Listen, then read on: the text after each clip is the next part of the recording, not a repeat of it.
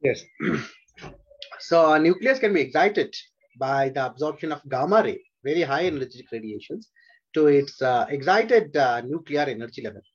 And we saw that this absorbance can be recorded using a GM counter, basically because why? The radiations are coming from a radioactive source. So the intensity of this radiation coming from the radioactive source is measured in GM counter.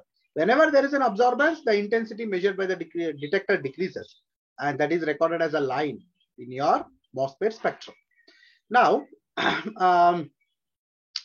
there are numerous isotopes which are radioactive in our world, but all isotopes are not suitable for gamma ray spectroscopy studies.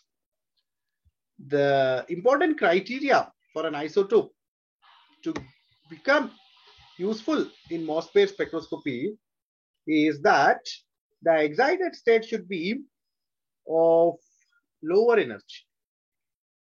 That means the difference between your ground and the excited state should not be so much. Delta E should not be so much. Why? Because we talked about recoiling effect a lot in our previous class. So what happens when the delta E is more, then it's the high energy gamma rays which are emitted and even absorbed. So when these high energy gamma rays, see, any photon which has so much energy like a gamma ray photon will also have a lot of momentum. So its recoil velocity will also be too much. So a nucleus which is emitting high energy gamma rays has a large recoil velocity values. So, but we know that in MOSFET spectroscopy, recoil velocity is not good. In fact, the very important contribution of MOSFET to the spectroscopy is the minimization of this recoil velocity using of different methods, adopting different methods to minimize recoil velocity. So if the delta E is more, the excited state is of higher energy level, high energy gamma rays are involved for both emission and absorption. That is not suitable. Then what happens? Recoil velocity becomes too much. So it goes beyond your control. Control in the sense it's goes beyond the control of your all experimental setups. Therefore, high delta E excited state should not be high, should be low. So it should be lower enough to be recorded within our experimental setup. Therefore, although there are so many isotopes, radioactive isotopes, which can emit gamma rays, all are not suitable for our studies. So those elements, isotopes which satisfy these conditions are suitable. The next one, very important thing is the lifetime of the excited state. You know, almost in all kind of spectroscopies, the excited states are not stable enough. They are only transient. So these transient excited states, all of them have lifetimes.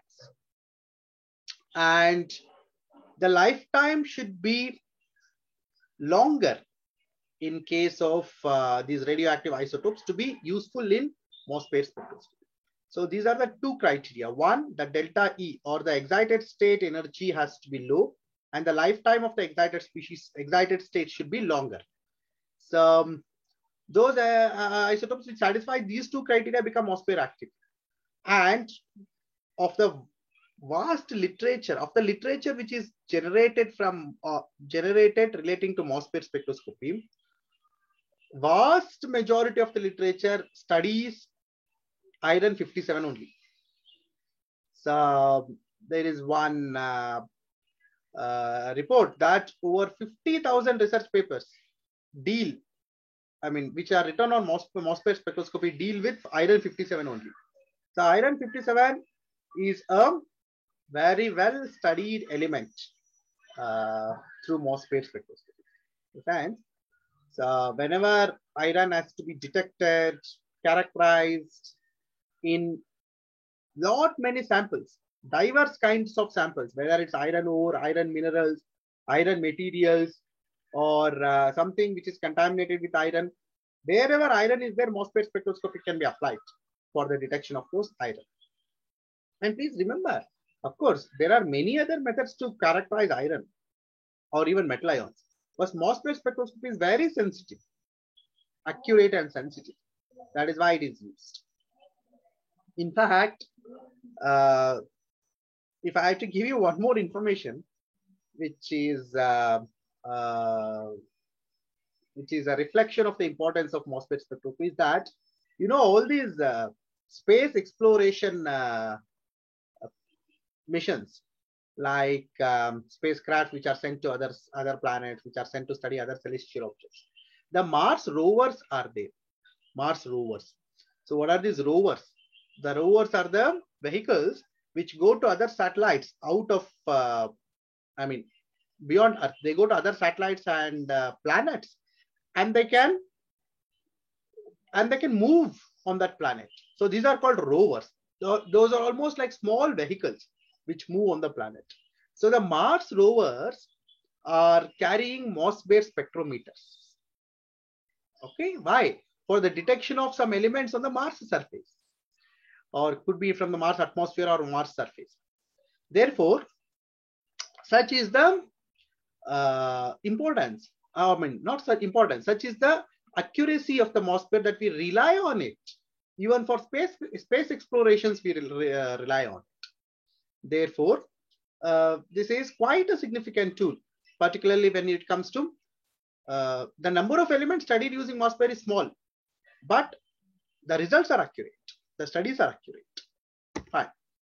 So now we will quickly move on to the working out of some numericals on MOSFET spectroscopy. You know, in any spectroscopy, there are two kinds of problem. One, the problems which are arising from the fundamental equations, basic equations of or the basic principles of those spectroscopy. And second is the application part.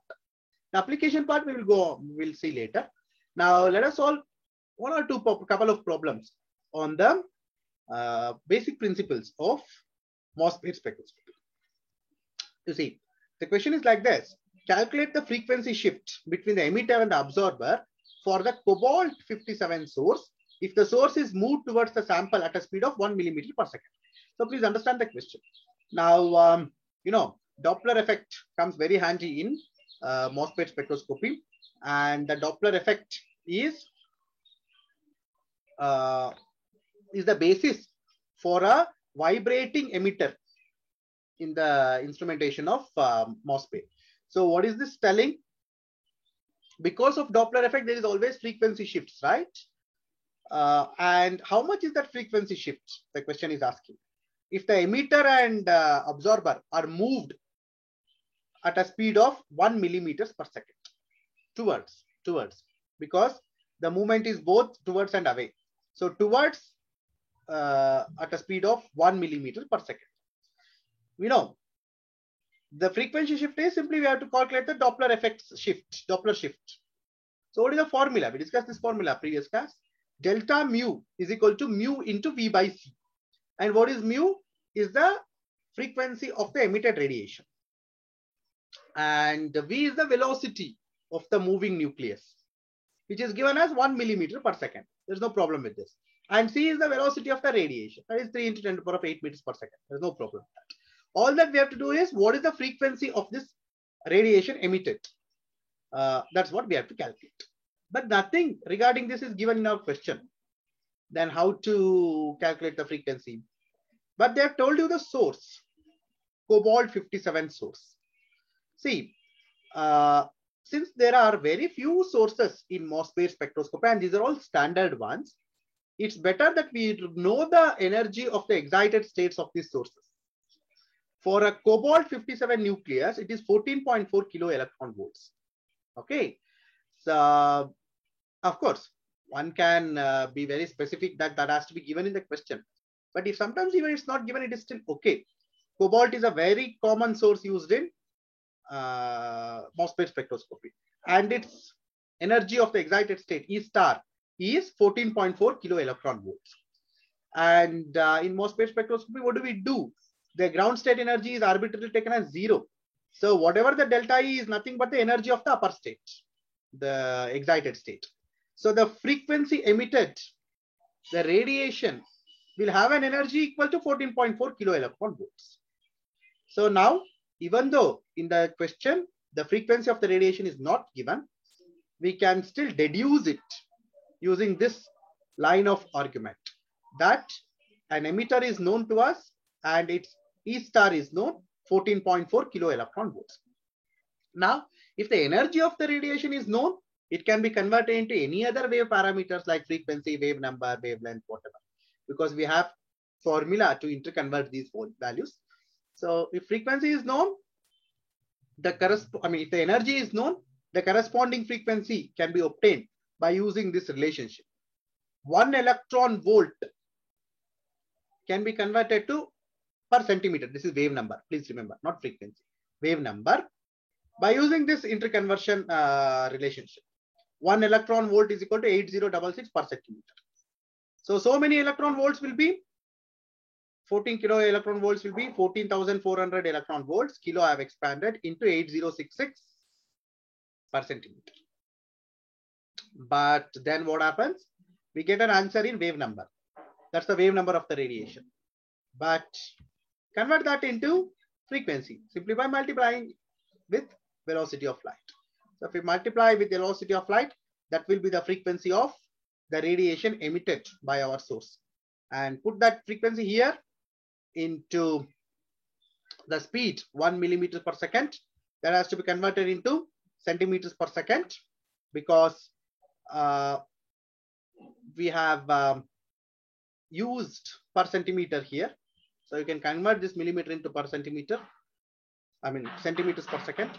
1 millimeter is equal to how much? 0.1 centimeter per second. So make all these substitutions. Finally get 11.6 megahertz. This is the frequency shift. Please understand. This is the frequency shift. Actually, what is the frequency of the radiation? It will be in 10 to the power, mega is 10 to the power of 6. So that will be 10 to the power of 18 hertz. Your gamma rays are. That's the range of frequency, 10 to the power of 18 hertz. But the shift is 11.6 megahertz. Still fine, no problem. This is the shift which we are going to record and plot in the spectrum. And now you can have one more question like this. Calculate the recoil velocity. See, asking you to calculate the Doppler shift, that is the frequency shift, recoil velocity are two important types of questions in the numericals on MOSFET. So calculate the recoil velocity and recoil energy of MOSFET nucleus. Now it is still 119. That's the emitter. When emitting a gamma ray of frequency 5.76 in 10 to the power of 8 hertz, it's okay. Now the question is more straightforward. It is simply the frequency is given directly. What is the Doppler shift of the gamma ray frequency to an outside observer? So please make a correction. This is not 10 to the power of 8, 10 to the power of 18 hertz. 10 to the power of 8 hertz is still in your microwave region. Okay, so make it 10 to the power of 18 hertz in the question. So how to solve this? First you calculate the recoil velocity of the nucleus. And formula to calculate the recoil velocity is h mu by cm. And m is the mass of the nucleus. H is the Planck's constant, mu is the frequency of the radiation given out by that nucleus, which is recoiling. So what is the frequency? 5.76 into 10 to the power of 18. I'm sorry for this typographical error. It has to be 10 to the power of 18 hertz, not 8 hertz. So substitute mu 10 to the power of 18 hertz. What is the mass of the nucleus? It is given as 10. So, and even the mass number is given. 119 into 10 to the power of minus 3 kg per mole, because 119 is the gram equivalent weight, gram atomic weights. So convert that into kg, 10 to the power of minus 3 kg divided by Avogadro number. So that will be the mass of the nucleus, which you have calculated as 19.767 into 10 to the power of minus 26 kg. Please make sure that you are keeping all the units in the SI unit so that only substitution is required to get the final answer. So h mu divided by mc, that is the recoil velocity formula. Substitute these things, you are going to get as 64.36 meters per sec. And this is the velocity of light. This is the mass of the nucleus which you have calculated here. Planck's constant, frequency of the radiation, 5.76 into 10 to the power of 18 hertz. And now, how to calculate the recoil energy when you know the recoil velocity? If we have to simply use the velocity energy relationship, energy is equal to half mv square. So recoil energy is equal to half mv square, where v is the velocity, recoil velocity. Half into, that's the mass again. Recoil velocity is what you have calculated here. And square it. Substitute. Solve the equation. The answer will be 2.56 into 10 to the power of -3 electron volts. That's the recoil energy. Now, Doppler shift. Now you have so many things in hand already. You know the frequency. It's given. You know the velocity. This is the frequency. This is the velocity. Capital V is the velocity. You know the velocity, recoil velocity, you have calculated, divided by velocity of light, speed of light, 3 into 10 to the power of 8 meters per second. So you do this, the Doppler effect comes to be, of course, there's something which is hindering here, so it's fine, as 123 into 10 to the power of 10 hertz. Fine, no problem, 123 into 10 to the power of 10 hertz. So these are the problems which require only the formulas which you have to remember, correct formulas, make the substitutions accordingly. And interconversions are required by using equations which you already know, like E is equal to h mu and E is equal to, and your frequency is equal to wave number into velocity of light. Such interconversion formulas you should be knowing. You can solve these problems easily. You know this. Now we will move on to the application part of MOSFET. So, as I told you, in any spectroscopy, if you are getting a single line always without any deviations, it's not good to us as chemists, because we want to make an interpretation of the chemical structure of the species by looking at the changes in the spectra. So now we will go on to study those factors which change the line positions or line patterns, number of lines in the MOSFET spectrum. Essentially, what do you get in a MOSFET spectra? You get a single line, right? So you get a single line like this in MOSFET spectra if there is an emitter and there is an absorber. But what happens? There are some factors which shift this line. And the first factor is the isomer shift, what we call to be an isomer shift.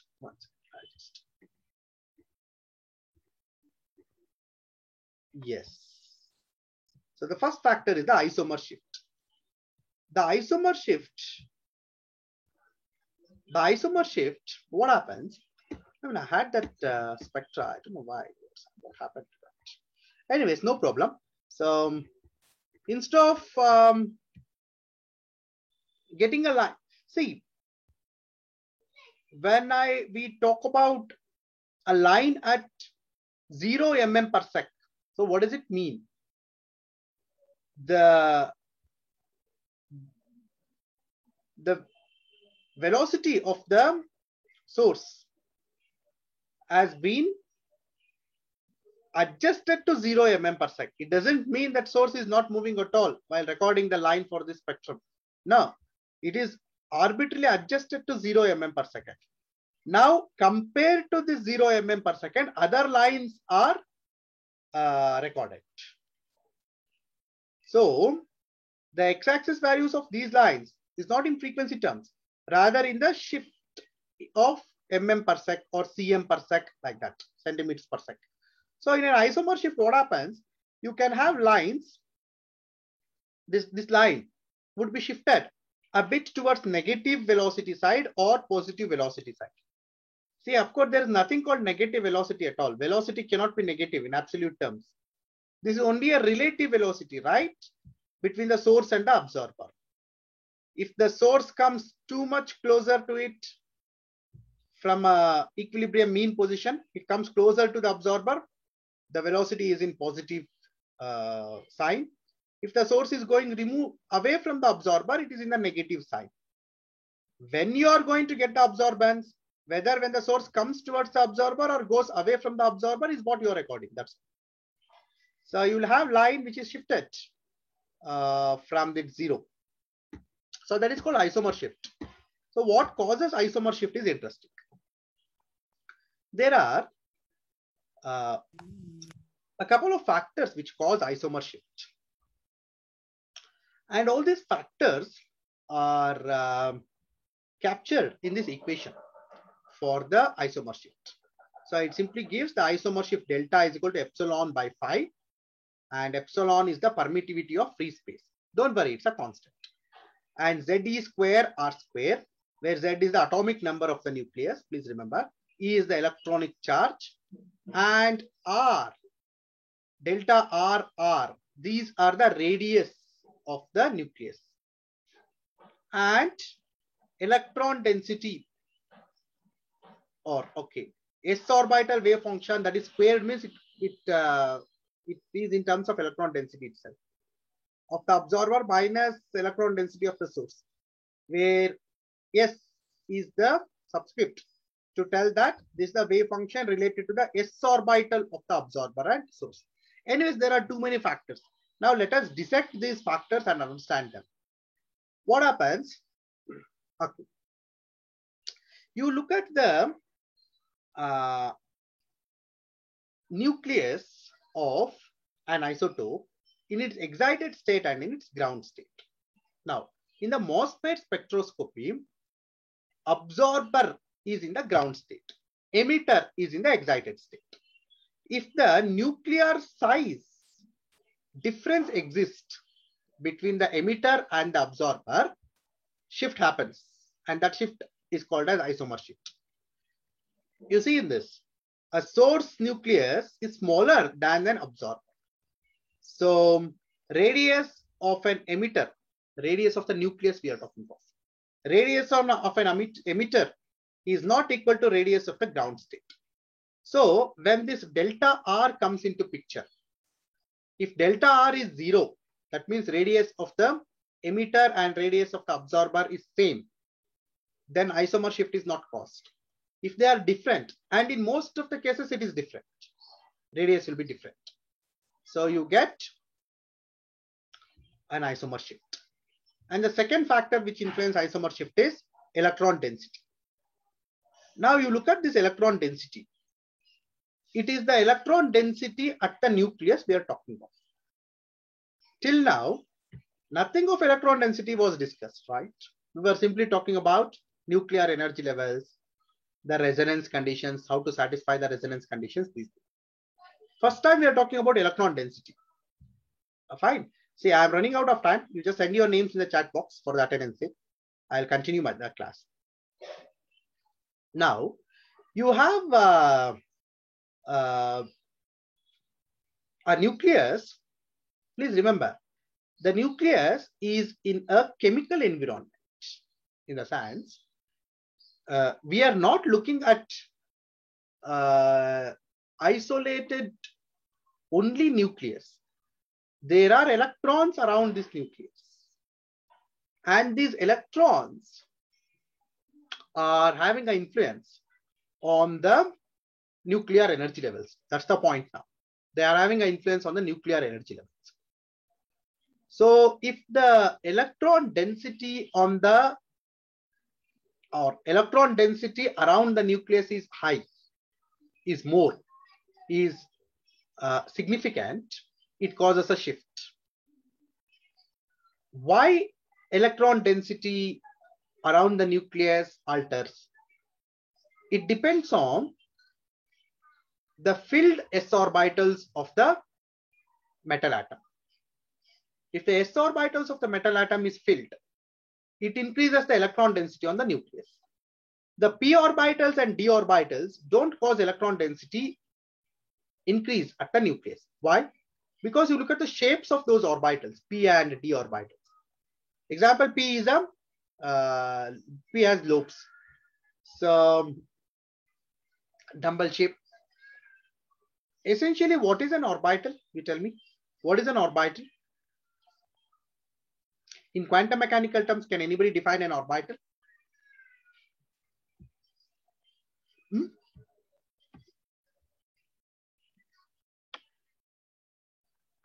Can anybody define what is an orbital in quantum mechanical terms? Three-dimensional region around the nucleus where probability of finding the position of electron is maximum. Hey, very good. Yeah. Correct. So you gave a more technical answer than I expected.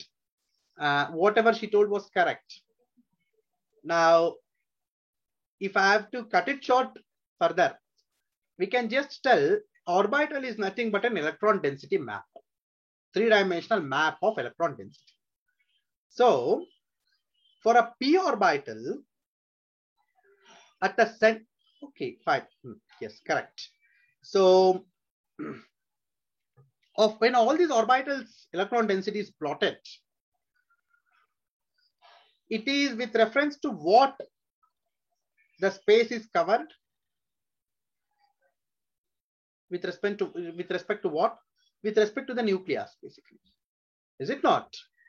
So nucleus is at the origin of this map.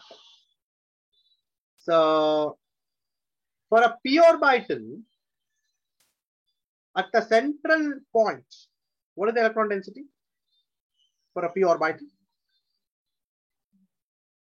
0. Is it not? Yes, sir. Yeah, actually the electron density increases as you go away from the nucleus for a p orbital. The d orbital, same scenario. Of course, the shape is double shape. Otherwise, same scenario. At the center of the nucleus, there is no d orbital density. But for an s orbital,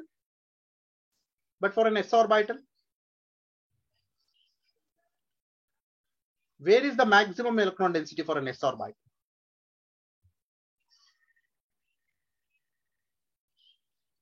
Where is the maximum electron density? S orbital. At the center of the nucleus, basically. Is it not? What is the shape of an s orbital? Spherical. And the electron density is concentrated in the center portion of the orbital map. Therefore, s orbital's occupancy increase the electron density at the nucleus. Okay. So this is quite interesting. And this is simply an outcome of quantum mechanical applications, concepts of quantum mechanics. Fine. Okay. Now, you look at one chart. We have a nucleus, tin 119, the same thing what we used in our problem. That is also MOSFET active. You look at different oxidation states of this nucleus and their chemical shift. For a SN nucleus, tin nucleus, tin 4+ is taken as standard. Therefore, the chemical shift is 0. So, okay, no problem. But for SN2+, chemical shift is plus 3.7. That means instead of getting a line at 0, towards your right, shifted to 3.7 millimeters per sec. Shifted by that much, 3.7 millimeters per sec. Whereas SN0 is shifted 2.1 millimeters per sec. So how to explain this trend? Simply take the electronic configurations of these different oxidation states. SN4+, it is 5s0, 5p0. SN2+, it is 5s2, 2p0. 4+ means 2 SR by electrons are removed and made 0. 2+ is 5s2, 5p0. So in 2+ oxidation state, there are 5s electrons. So if the s electrons are filled, it increases the electron density at the nucleus. And what are the gamma rays absorbers? Where are they? It is basically nucleus which is absorbing it. So the remaining part of the atom, we are not interested. We are interested only in the nucleus part. Okay. So you see there is a shift, 3.7 millimeters per sec. But what about SN0? See, when do you get SN0 states? Of course, not in ionic compounds. Because in ionic compounds, tin would be oxidized. In covalent compounds. Now, maybe from your organic chemistry, you remember these organotin compounds. So organotin compounds, SN is 0 oxidation state. So it is covalent. it is again sp3 hybridized. Now sp3 hybridized, what is the s character of a single sp3 hybridized orbital? 25%. Because in sp3 hybridization there are 4 orbitals, 1s and 3p. So out of 4 orbitals, 1 is s, so 25%. And there are 5 such orbitals. Yes, there are 4 such orbitals. Therefore, in a covalent tin, there is lot of s character in its bonds. So even when it's not independent s orbitals, even hybrid orbitals with lot of s characters also contribute to increase in the electron density, but not so much as 5s2. Therefore, the chemical shift is lesser than 5s2. How much lesser?